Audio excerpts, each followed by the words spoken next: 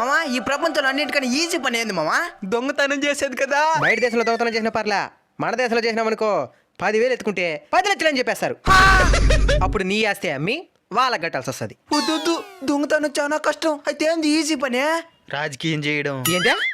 మొత్తం మంచి పనులు చేసినామనుకో మన డబ్బే కదా మనకి పెడుతున్నది అంటారు. అదే మొత్తం ఏదో చేసినామనుకో ఇంకా సావలేదు నా బట్ట అంటారు. ఈ పార్టీ వాళ్ళు ఆ పార్టీ వాళ్ళని తిట్టాలా, ఆ పార్టీ వాళ్ళు ఈ పార్టీ వాళ్ళని తిట్టాలా, అలా సంబంధం లేకపోయినా ఎవరిని చెప్తే వాళ్ళని తిట్టాలా. రాజకీయం కూడా కష్టం. పని బాట లేకుండా ముక్కలు కారి తినేసి అటా ఊర్ల మీద తిరిగేది ఈజీ. ఏంటా? దీనికి గున్నా చెప్తాను చూడు. ఇంట్లో వాళ్ళు విలివీరు, బయట వాళ్ళు మతీరు, బంధువులు పిల్లనీరు. ఇది చాలా కష్టం. వ్యవసాయం చేసేది ఈజీ. ఏందా?